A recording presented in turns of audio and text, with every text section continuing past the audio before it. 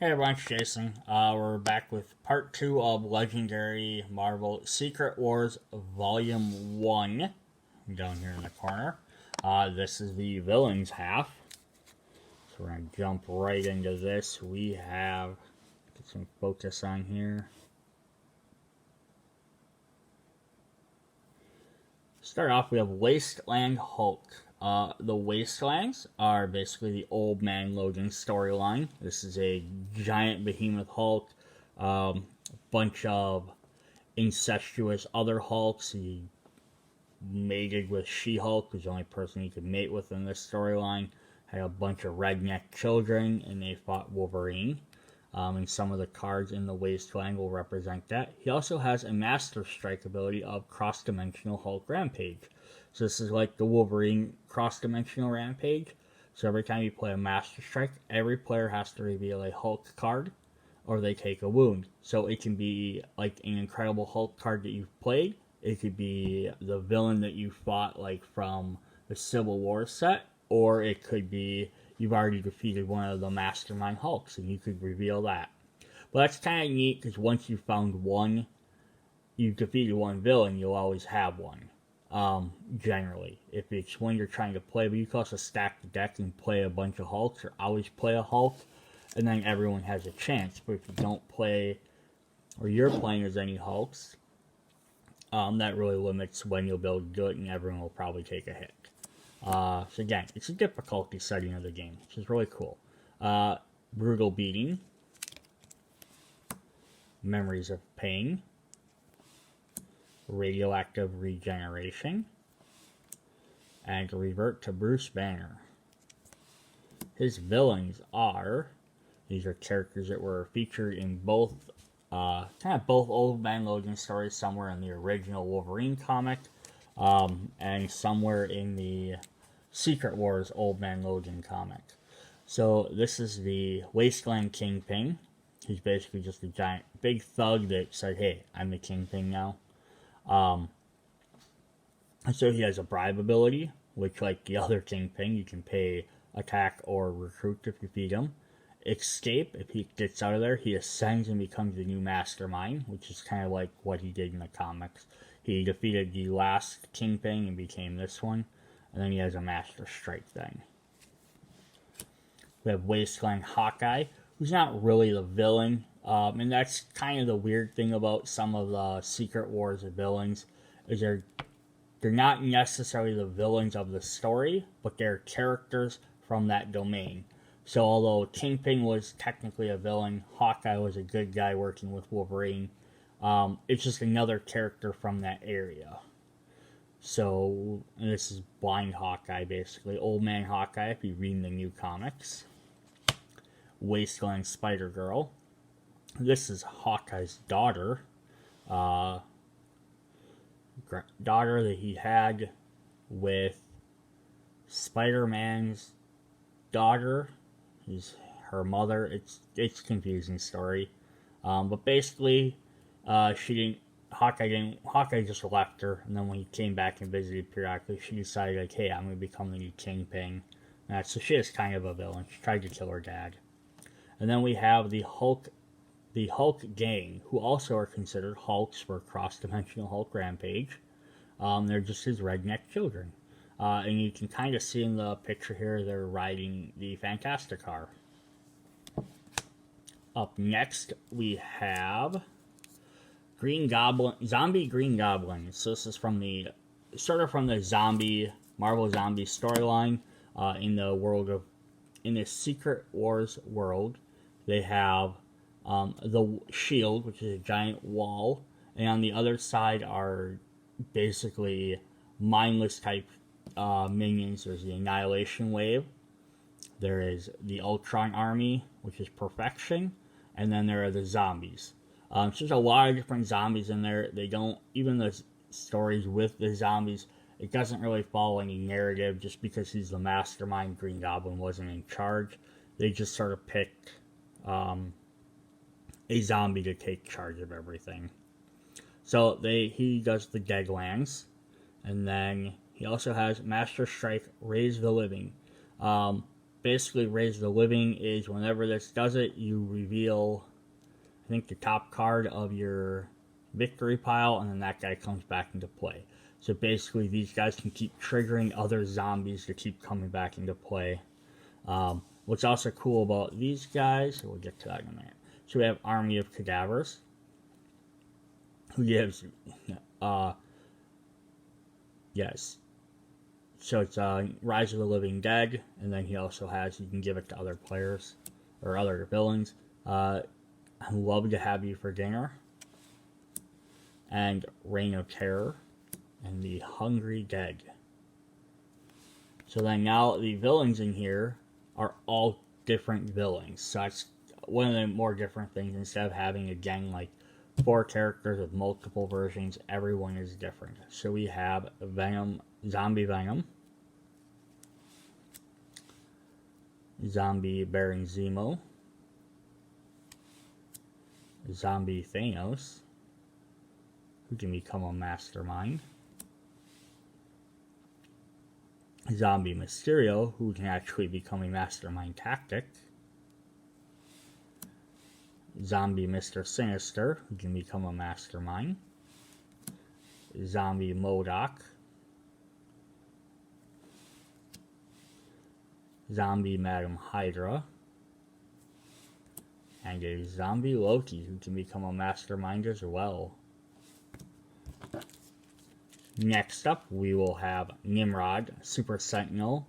He runs the Sentinel Territories, which is the Days of Future Past, the X-Men storyline, where Sentinels basically took over, hunted down mutants, and killed them. This is actually neat, interesting there. You can't fight Nimrod unless you make at least 6 stars this turn, so you need 6 stars and 6 attack to fight him. So it makes him a little bit more difficult to defeat, even though he has a lower attack power. Says Adapt and Destroy, Defect Mutation, Scatter the Mutants, and Teleport and Incarcerate. So now we're going to get the Sentinel Territories. And again, they're not necessarily villains, they're just the characters from that domain. But it's a neat way for you to add in some of these cool characters from alternate storylines. So we do have a Wolverine of the Future Past, which has the cross-dimensional Wolverine. So if you played this one with that Old Man Logan from the other one, it gives you another chance to utilize that effect. Rachel Summers of Future Past. This is, Rachel Summers alters the future. During the next player's turn, all villains in the Masterminds gain -1. That's kind of neat. Kate Pryde of Future Past. She also has an alternate future ability. Gain +1 star, then Kate Pryde alters the future. At the beginning of the next turn, the players gain +1 star. So it's kind of it's like a fight effect, but they just kind of change that name because it affects everybody instead of just one player. So like Colossus of Future Past alters the future. Don't play a villain at the beginning of the next turn. So you fight them, it's a beneficial effect for everybody. Our next mastermind is Madeline Pryor, the Goblin Queen. She runs Limbo. This is from the Limbo storyline where the clone of Jean Grey, Madeline Pryor, started to go crazy and tried to bring Limbo to Earth, and you got all the heroes started to become demonic. And she has little demon goblins, which is showing in her ability. She has everyone's a demon on the inside. City of Demon Goblins. Gather the Harvest. And Corrupted Clone of Jean Grey. The Limbo storyline for the Secret Wars was slightly different. She did take over Limbo, but then Ilyana Rasputin took over for her. And the story is basically about Colossus trying to get back to Limbo to rescue his sister. So it's an interesting story, and that's showing, I think they have, that Colossus is in Secret Wars 2. Spoiler there. So a little bit more of that. So it's This one's more based on kind of the original one. And then they have stuff later that actually focuses more on the Secret Wars story. So you have Inferno Colossus, Inferno Nightcrawler, Inferno Cyclops, and Inferno Darkchild. And Darkchild is the evil form of Ilyana Rasputin, or Magic, as she's also referred to. So now we're going to get to the Mastermindless villains. So we have the Age of Apocalypse, also known as the Domain of Apocalypse, because in the Secret Wars they're referred to as domains. There's basically a wall between each little world, and they're not supposed to interact with each other. There are some of the barons who are like the heads of each of the worlds who talk to Doom. We do realize there's alternate things they get together and talk, but even what's supposed to be presumed the most regular folk don't know about the other zones. Some do. It kind of fluctuates back and forth. But we have Rogue, the Apocalyptic Rogue. The Apocalyptic Weapon X was cross-dimensional Wolverine Rampage. And they're showing art from the original Age of Apocalypse storyline. The Secret Wars one is essentially a condensed retelling of the original Age of Apocalypse storyline with a little twist in there. A couple of twists. But again, I think some of these cards were made before the actual comics were out, or when they were just starting to come out and they didn't want spoilers, which is why they're using the actual popular characters from Age of Apocalypse and not using the ones from the actual Secret Wars version. So Apocalyptic Blink. There's a lot of teleporting in this set. And the Apocalyptic Magneto, who has the ability to become a mastermind. And then now we have the pretty interesting set of villains here. These are Manhattan Earth 1610. This is the Ultimate Universe. So all these characters, although you fight them, as soon as you defeat them, they become your card. So you get extra heroes. You can get Ultimate Captain Marvel, the Ultimate Wasp,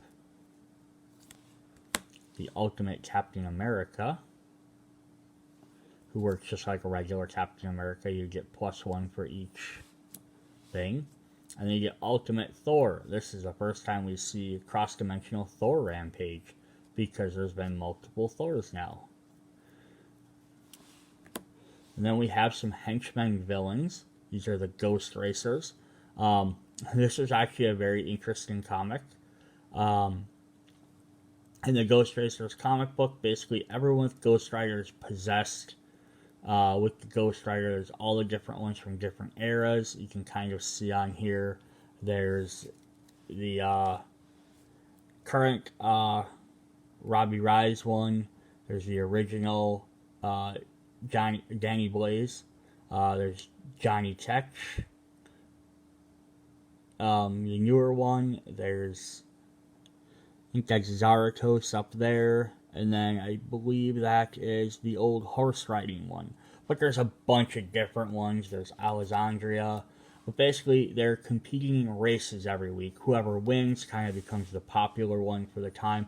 The other ones all get tortured. And then other stuff happens. But yeah, it's a really interesting concept. The Ghost Riders of the Secret Wars universe, Battle World, are, they're treated terribly. Like, they're not heroes, they're not villains, they're not supers, they're just racers. But it's a neat comic book. I would definitely check that one out if you find it cheap. So there's those guys. Then we have the MODOKs. This is from a one-shot or two-shot issue where a MODOK is trying to, hey, how can we take over Battle World? We'll summon MODOKs from every version of reality. So you got like a baby one, a zombie one. There's this old guy up here. This one's like a smarter, it's like a slightly future one. It's a little bit more advanced. This is like a hyper advanced one. So it's a full body. There's a Spider-Man MODOK. And basically they all just can't agree with each other and fight, because that's what MODOKs do. Then we also have the Thor Core. This is a henchman villain that you can actually get in the Battle World. all Thors are basically bodyguards. They're like the army for Lord Doom. She basically needs to summon something, or crimes are happening, these things quelled. So you get all the different types of Thors. This is like just a new general recruit Thor. You have King Thor, who basically looks more like Odin. You have Beta Ray Bill Thor, Storm Thor. There's a bunch of the different ones, like Throg is in there, Ultimate Thor, Ruin Thor. And the comic book for Thor's is actually pretty cool too. It's more of like a crime procedural book. Like there's a crime that happens, the Thor acting, basically they're the police. They run around trying to figure out what happened. So if you like Thor's, you'll love the book. There's a bunch of different Thors. If you like crime procedural movies or shows, you'll probably like that book as well. And then we have some bystanders. We have a banker. And we have the sidekick card. If you've seen the X-Men set, you had the special sidekicks, which were the New Mutants. If you look at the Civil War, we had special sidekicks that were the Petty Avengers. This is just a generic sidekick, which is shown by Bucky here. So if you buy this, it says you may return this card to the sidekick stack. If you do, draw 2 cards. You can only recruit this up to 1 sidekick each turn. So you can't pile on a bunch of them, but it's kind of a neat way to let you get more cards every turn, but you can choose to use it. So if you're like, oh, will 2 more cards really help me this turn? Nope, I have a crap hand because I have all basic cards. Save it for your next turn or next draw. Alright, so that was all of the villains and bystanders and all that stuff. We're going to get to a new type of card that they added in here called Ambitions. And this is the starting one because you always start with this. So basically what Secret Wars did was allowed a player to play as the mastermind. And what they did was then they had this Ambition deck. So this card starts the game in the Ambition row, cannot be discarded from the Ambition row. You can use this card multiple times the same turn. So if you play a villain from the villains deck, and you keep this card in the Ambition row. So basically they had your own row of cards they would play. And then they had, I don't remember the exact rules. You have to go look them up if you're interested in this. But you had like a row of cards they could play from this deck. So they're playing cards every turn just like the heroes would. But they're all bad, nasty things. They do different things. So we're just going to go through these quick. So we have Abduction. So like this one lets you put a hero from the HQ on the bottom of the hero's deck. And it had an attack cost. I believe this is what they had to pay to defeat these, so these don't happen. Bank Robbery. Breakout. Cleave. Collateral Damage. Crackdown. Like this one says, choose a class. Each other player reveals their hand and discards all cards of that class. So if you said strength cards, they'd have to discard all strength cards. So, I mean, you can judge by what characters are out, what would be the most beneficial to do. Crush the Weak. Crime Surge. Each villain on the rooftops and sewers captures a bystander. Dark Apprentice. Add a random new mastermind to the game with 1 tactic. Deceive. Empower. Entrap. Force Field. Identity Theft. Infiltrate Shield. Choose 1 0-cost hero from the KO pile for each other player. Those players gain those heroes. Inflict Pain. Kidnap. Insane Twist. This card becomes a scheme twist that takes effect immediately. Anything that adds an extra twist can be pretty terrible because usually they only have so many and then they win. So they only need to... I mean, it doesn't count... I don't remember if it counts towards that total. Like, they need 8, doesn't count towards 8, but still, if it activates in extra time, that can be pretty terrible. Last Minute Escape. Painful Choice. Pressure Points. Pummel. Secret Plans, Thirst for Power, Thirst for Vengeance, Wave of Punishment. Each other player reveals a ranged hero or gains a wound to the bottom of their deck. Wipeout, Tide of Destruction, Ruthless Strike. And they do have the ambition cards. They added some more in Secret Wars 2. I don't believe they've added any more since then. So either it wasn't as popular as they thought, or they're just waiting for, give it some time, and keep the other, because it takes up spaces in the deck for other cards. So we have our schemes here. Build an army of annihilation. Smash 2 dimensions together. Add an extra villain group. Put the villain deck on the bank space. The sewers and banks do not exist, so the city is only 3 spaces. There's a parallel dimension with 3 city spaces above the main. Whenever a villain enters a city, current player chooses which city it enters. So you have to basically deal with 2 separate 3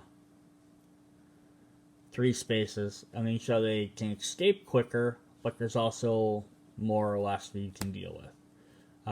Pan-dimensional plague, fragmented realities, master of tyrants, a dark alliance. Here, add twist. Add 1 random second mastermind to the game with 1 mastermind tactic. 2 through 4. If the second mastermind is still in play, it gains another tactic. 5 to 6. Each mastermind captures a bystander. You get 7, they win. Crush them with my bare hands. And corrupt the next generation of heroes. Alright, so that was Secret Wars Volume 1, Part 2, The Villains. We'll check you later to hopefully watch Volume 2. Bye.